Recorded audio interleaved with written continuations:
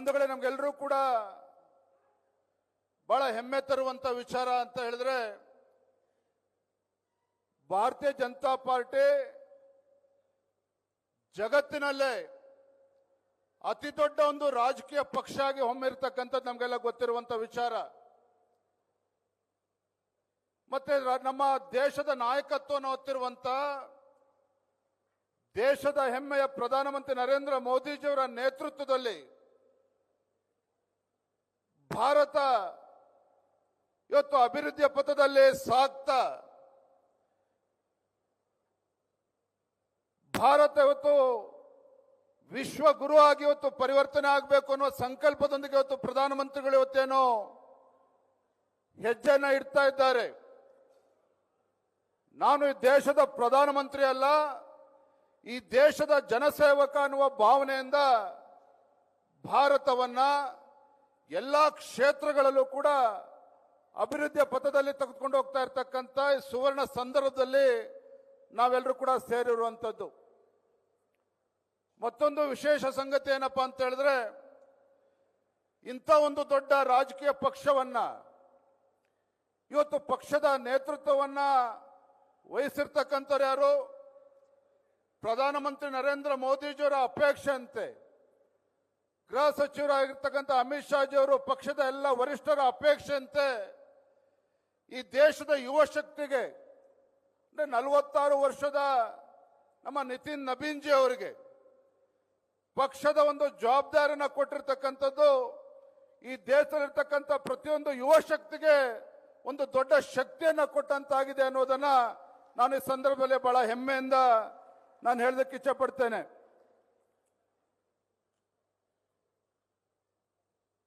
ಇತ್ತೀಚೆಗೆ ಗೌರವಾನ್ವಿತ ಹಣಕಾಸಿನ ಸಚಿವೆ ನಿರ್ಮಲಾ ಸೀತಾರಾಮನ್ ರವರು 9ನೇ ಬಜೆಟ್ ಅನ್ನ ಮಂಡನೆ ಮಾಡಿದ್ರು.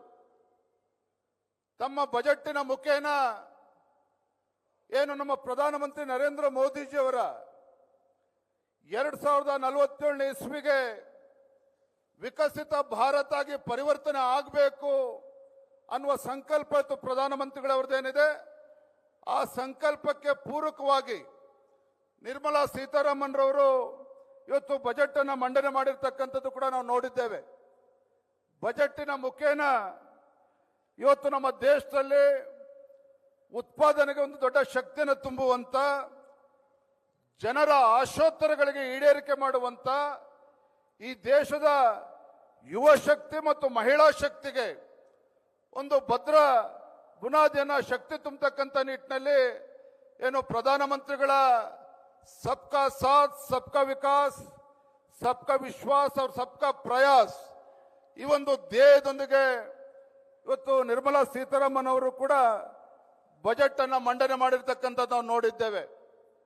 ತಮ್ಮ ಬಜೆಟ್ಟಿನ ಮುಖೇನ ಈ ದೇಶದ ಭದ್ರತೆ, ದೇಶದ ಸುರಕ್ಷತೆಗೂ ಕೂಡ ಒಂದು ಶಕ್ತಿ ತುಂಬುವಂತ ನಿಟ್ಟಿನಲ್ಲಿ ತಮ್ಮ ಬಜೆಟ್ ಅನ್ನ ಮಂಡನೆ ಮಾಡಿರ್ತಕ್ಕಂಥದ್ದನ್ನ ನಾವು ನೋಡಿದ್ದೇವೆ. ಇವತ್ತು ಪ್ರಧಾನಮಂತ್ರಿಗಳು ಯಾವ ರೀತಿ ನಮ್ಮ ದೇಶವನ್ನ ಮುನ್ನಡೆಸ್ತಾ ಇದ್ದಾರೆ, ಯಾವ ರೀತಿ ನಮ್ಮ ದೇಶದ ಆರ್ಥಿಕ ಶಕ್ತಿಯನ್ನ ಇವತ್ತು ಇನ್ನೂ ಕೂಡ ಮುಂದೆ ತೆಗೆದುಕೊಂಡು ಹೋಗ್ತಾ ಇದ್ದಾರೆ ಅನ್ನೋದನ್ನು ನಾವೆಲ್ಲರೂ ಕೂಡ ಗಮನಿಸ್ತಾ ಇದ್ದೇವೆ. ಯಾವ ಭಾರತ ಹಿಂದಿನ UPA ಸರ್ಕಾರ ಇದ್ದಾಗ ಆರ್ಥಿಕವಾಗಿ ಭಾರತವನ್ನು ಯಾರು ಕೂಡ ಗುರುತಿಸೋದಕ್ಕೆ ಸಾಧ್ಯ ಆಗ್ತಾ ಇರಲಿಲ್ಲ. ಆದ್ರೆ ನಮ್ಮ ಪ್ರಧಾನಮಂತ್ರಿ ನರೇಂದ್ರ ಮೋದಿಜಿಯವರ ಕಳೆದ 12 ವರ್ಷದ ಅವರ ಆಡಳಿತ ಅವಧಿಯಲ್ಲಿ ಯಾವ ಭಾರತ ಇವತ್ತು ಜಗತ್ತಲ್ಲಿ ನಮ್ಮನ್ನು ಗುರುತಿಸೋದಕ್ಕೆ ಆಗ್ತಾ ಇರಲಿಲ್ವೋ ಅಂತ ಭಾರತ ಇವತ್ತು ಜಗತ್ತಿನ 4ನೇ ಒಂದು ದೊಡ್ಡ ಆರ್ಥಿಕ ಶಕ್ತಿಯಾಗಿ ಹೊರಹೊಮ್ಮಿದೆ ಅಂತ ಹೇಳಿದ್ರೆ ನರೇಂದ್ರ ಮೋದಿಜಿಯವರ ದಿಟ್ಟ ನಾಯಕತ್ವ ಕಾರಣ ಅನ್ನೋದನ್ನ ನಾವು ಈ ಸಂದರ್ಭದಲ್ಲಿ ಬಹಳ ಹೆಮ್ಮೆಯಿಂದ ಹೇಳೋದಕ್ಕೆ ಇಚ್ಛೆ ಪಡ್ತೇನೆ. ಇವತ್ತು ನಮ್ಮ ಸರ್ಕಾರ, ಕೇಂದ್ರ ಸರ್ಕಾರದ ವಿದೇಶದ ನೀತಿಗಳು ಇರ್ಬೋದು, ರಾಜತಾಂತ್ರಿಕ ನಡೆಗಳಿರ್ಬೋದು, ಇದರ ಪರಿಣಾಮ ಏನಾಗಿದೆ ಅಂತ ಹೇಳಿದ್ರೆ, ಇತ್ತೀಚೆಗೆ ಏನು 25ಕ್ಕೂ ಹೆಚ್ಚು ರಾಷ್ಟ್ರಗಳ ಒಕ್ಕೂಟ ಆಗಿರ್ತಕ್ಕಂಥ ಯುರೋಪಿಯನ್ ಯೂನಿಯನ್ ಭಾರತದ ಜೊತೆಗೆ ಒಂದು ವ್ಯಾಪಾರ ಒಪ್ಪಂದವನ್ನು ಮಾಡಿಕೊಂಡಿರ್ತಕ್ಕಂಥದ್ದನ್ನು ಕೂಡ ನಾವು ನೋಡಿದ್ದೇವೆ. ಅಷ್ಟೇ ಅಲ್ಲ, ಇವತ್ತು ಅಮೆರಿಕವು ಕೂಡ ಭಾರತದ ಜೊತೆ ಸಂಬಂಧವನ್ನ ವೃದ್ಧಿ ಮಾಡ್ಕೋಬೇಕು, ಭಾರತದ ಶಕ್ತಿಯನ್ನ ಗುರುತಿಸಬೇಕು ಅಂತ ಹೇಳಿ ಏನು 50% ತೆರಿಗೆಯನ್ನ ನಮ್ಮ ದೇಶದ ಮೇಲೆ ಹೇರಿತ್ತು, ಅದೇ ಅಮೆರಿಕ 50% ಇಂದ 18%ಗೆ ಇಳಿಸಿ ಭಾರತದ ಜೊತೆ ನಮ್ಮ ಸಂಬಂಧ ಉತ್ತಮವಾಗಿರಬೇಕು ಅನ್ನುವ ಸ್ಪಷ್ಟ ಸಂದೇಶವನ್ನು ಕೂಡ ಇವತ್ತು ಅಮೆರಿಕ ದೇಶವೂ ಕೂಡ ಕೊಟ್ಟಿರ್ತಕ್ಕಂಥದ್ದು ನಾವು ನೋಡ್ತಾ ಇದ್ದೇವೆ. ಇವತ್ತು ನಮ್ಮ ನಾಯಕತ್ವ, ನರೇಂದ್ರ ಮೋದಿಜಿಯವರ ನಾಯಕತ್ವ ಇಡೀ ಜಗತ್ತಿನಾದ್ಯಂತ ಗುರುತಿಸ್ತಕ್ಕಂಥ ಕೆಲಸ ಆಗ್ತಾ ಇದೆ. ನಮ್ಗೆ ಹೆಮ್ಮೆ ಅನ್ನಿಸ್ತದೆ. ಸ್ವಾತಂತ್ರ್ಯ ಬಂದ ನಂತರದಲ್ಲಿ ಬಹುಶಃ ನಮ್ಮ ದೇಶದ ಯಾವುದೇ ಪ್ರಧಾನಮಂತ್ರಿಗಳಿಗೆ ಅಷ್ಟು ಗೌರವ ಸಿಕ್ಕಿರಲಿಲ್ಲ. ಇವತ್ತು ನಮ್ಮ ಪ್ರಧಾನಮಂತ್ರಿ ನರೇಂದ್ರ ಮೋದಿಜಿ ಅವರಿಗೆ 25ಕ್ಕೂ ಹೆಚ್ಚು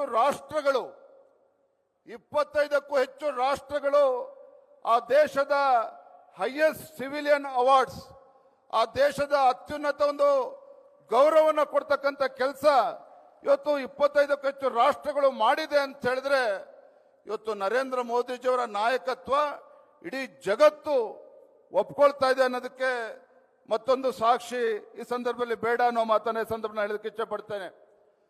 ಬಂಧುಗಳೇ, ಒಂದು ಕಡೆ ಸ್ಪಷ್ಟ ಆರ್ಥಿಕ ನೀತಿಯನ್ನು ತೆಗೆದುಕೊಂಡು ಪ್ರಧಾನಮಂತ್ರಿಗಳ ನೇತೃತ್ವದಲ್ಲಿ ದೇಶ ಅಭಿವೃದ್ಧಿಯ ಪಥದಲ್ಲಿ ಇವತ್ತು ಸಾಗ್ತಾ ಇದ್ರೆ, ಮತ್ತೊಂದು ಕಡೆ ಸಾಕಷ್ಟು ಸುಧಾರಣೆಗಳು ಕೂಡ ಆಗ್ತಾ ಇರುವಂಥದ್ದು ನಾವು ನೋಡ್ತಾ ಇದ್ದೇವೆ. ವಿಶೇಷವಾಗಿ ಇವತ್ತು ಈ ಸಂದರ್ಭ ಉಲ್ಲೇಖ ಮಾಡುವಂಥದ್ದು, ನಮ್ಮ ದೇಶದ ಚುನಾವಣಾ ಆಯೋಗ ಇವತ್ತು SIR ಅನ್ನು ತಂದಿರುವಂಥದ್ದು, ಸ್ಪೆಷಲ್ ಇಂಟೆನ್ಸಿವ್ ರಿವಿಷನ್. ಇವತ್ತು ಸ್ಪೆಷಲ್ ಇಂಟೆನ್ಸಿವ್ ರಿವಿಷನ್ ಪರಿಣಾಮ ಏನು ಅಂತ ಹೇಳಿದ್ರೆ, ಯಾವ ರೀತಿ ಬಿಹಾರದಲ್ಲಿ ಮತ್ತೆ ಬಿಜೆಪಿ ನೇತೃತ್ವದ NDA ಕೂಟಕ್ಕೆ ಸ್ಪಷ್ಟ ಬಹುಮತ ಬಂದಿರತಕ್ಕಂಥ ತಾವು ನೋಡಿದ್ದೀರಿ. ಅಷ್ಟೇ ಅಲ್ಲ, ಇವತ್ತು ಮುಂದೆ ಬರ್ತಕ್ಕಂಥ ಚುನಾವಣೆಗಳಲ್ಲೂ ಕೂಡ ದೇಶದ ಎಲ್ಲ ರಾಜ್ಯಗಳಲ್ಲೂ ಕೂಡ SIR ಅನ್ನು ನಾವು ತರ್ತೇವೆ ಅಂತೇಳಿ ಚುನಾವಣಾ ಆಯೋಗ ನಿರ್ಧಾರವನ್ನು ಮಾಡಿ ಮುಂದೆ ಹೋಗ್ತಾ ಇರ್ತಕ್ಕಂಥ ಸಂದರ್ಭದಲ್ಲಿ ನಮ್ಮ ರಾಜ್ಯದಲ್ಲೂ ಸಹ ಮುಂದಿನ ದಿನಗಳಲ್ಲಿ SIR ಏನು ಬರ್ತದೆ, ನಾವು ಕೂಡ ಅದ್ರ ಬಗ್ಗೆ ಹೆಚ್ಚು ಜಾಗೃತಿಯನ್ನು ವಹಿಸಬೇಕು ಅನ್ನೋದನ್ನು ಕೂಡ ನಾನು ಸಂದರ್ಭದಲ್ಲಿ ಇಚ್ಛೆ ಪಡ್ತೇನೆ. ವಿಕಸಿತ್ ಭಾರತ್ ಜಿ ರಾಮ್ಜಿ ಸಾಕಷ್ಟು ಬಾರಿ ಚರ್ಚೆ ಆಗಿದೆ ನಮ್ಮ ರಾಜ್ಯದಲ್ಲಿ. ಪ್ರಧಾನಮಂತ್ರಿಗಳು ನರೇಂದ್ರ ಮೋದಿಜಿಯವರು ಏನಿವತ್ತು ಗ್ರಾಮೀಣ ಭಾಗದಲ್ಲಿರ್ತಕ್ಕಂಥ ನಮ್ಮ ಕಾರ್ಮಿಕರಿಗೆ ಅನುಕೂಲ ಆಗಬೇಕು, ಇವತ್ತು ಭ್ರಷ್ಟಾಚಾರವನ್ನು ಅದರಿಂದ ತೊಡೆದಾಕಬೇಕು ಅಂತೇಳಿ ಹಳೆಯ ಅನಿಷ್ಟ ಪದ್ಧತಿಗಳನ್ನು ಕಿತ್ತಾಕಿ ಇವತ್ತು ಗ್ರಾಮೀಣ ಭಾಗದಲ್ಲಿರ್ತಕ್ಕಂಥ ಎಲ್ಲ ಬಡವರಿಗೆ, ಕಾರ್ಮಿಕ ವರ್ಗರಿಗೆ ಅನುಕೂಲ ಆಗಬೇಕು ಅಂತೇಳಿ ಹೊಸ ಕಾಯ್ದೆಯನ್ನು ತಂದು ಇವತ್ತು VBG ರಾಮ್ಜಿಯನ್ನು ಇವತ್ತು ಅನುಷ್ಠಾನ ತಂದಿರತಕ್ಕಂಥದ್ದನ್ನು ನೋಡ್ತಾ ಇದ್ದೇವೆ. ಆದರೆ ಮತ್ತೊಂದು ಕಡೆ ನಮ್ಮ ರಾಜ್ಯದಲ್ಲೂ ಸಹ ಇಡೀ ದೇಶದಲ್ಲಿ ಕಾಂಗ್ರೆಸ್ ಪಕ್ಷ ಇದಕ್ಕೆ ಅಪಪ್ರಚಾರ ಮಾಡ್ತಾ ಇರುವಂಥದ್ದು ಕೂಡ ನಾವು ನೋಡ್ತಾ ಇದ್ದೇವೆ. ಕಾಂಗ್ರೆಸ್ ಪಕ್ಷ ತನ್ನ ಹಳೆ ಚಾಳಿಯನ್ನ ಮತ್ತೆ ಬಿಚ್ಚಿಡುವಂತ ಕೆಲಸ ಮಾಡ್ತಾ ಇರ್ತಕ್ಕಂಥದ್ದು ನಾವು ನೋಡ್ತಾ ಇದ್ದೇವೆ. ಒಂದಂತೂ ಸತ್ಯ, ಹರಿಯಾಣ ರಾಜ್ಯದ ಚುನಾವಣೆ ಫಲಿತಾಂಶ ಇರ್ಬೋದು, ಮಹಾರಾಷ್ಟ್ರ ರಾಜ್ಯದ ಚುನಾವಣೆಗಳಲ್ಲಿ ಮತ್ತೊಮ್ಮೆ ಭಾರತೀಯ ಜನತಾ ಪಾರ್ಟಿ ಗೆದ್ದಿರುವಂಥದ್ದು, ಮತ್ತೊಂದು ಕಡೆ ಬಿಹಾರ ರಾಜ್ಯದಲ್ಲಿ ಭಾರತೀಯ ಜನತಾ ಪಾರ್ಟಿ ಅಭೂತಪೂರ್ವ ಗೆಲುವು, ಮತ್ತೊಂದು ಕಡೆ ಮಹಾರಾಷ್ಟ್ರದ ಅಲ್ಲಿಯ ಸ್ಥಳೀಯ ಚುನಾವಣೆಗಳು ಇರಬಹುದು, ಅದೇ ರೀತಿ ಕೇರಳದಲ್ಲೂ ಕೂಡ ತಿರುವನಂತಪುರಮಲ್ಲೂ ಕೂಡ ಅಲ್ಲಿಯ ಸ್ಥಳೀಯ ಚುನಾವಣೆಯಲ್ಲಿ ಭಾರತೀಯ ಜನತಾ ಪಾರ್ಟಿಗೆ ಒಂದು ಐತಿಹಾಸಿಕ ಗೆಲುವು ಸಿಕ್ಕಿರ್ತಕ್ಕಂಥದ್ದು ಕೂಡ ಇಡೀ ದೇಶದ ನಮ್ಮ ಕಾರ್ಯಕರ್ತರು ಸಂಭ್ರಮವನ್ನು ಆಚರಣೆ ಮಾಡಿದ್ದಾರೆ. ಇವೆಲ್ಲ ಕಾರಣಗಳಿಗೆ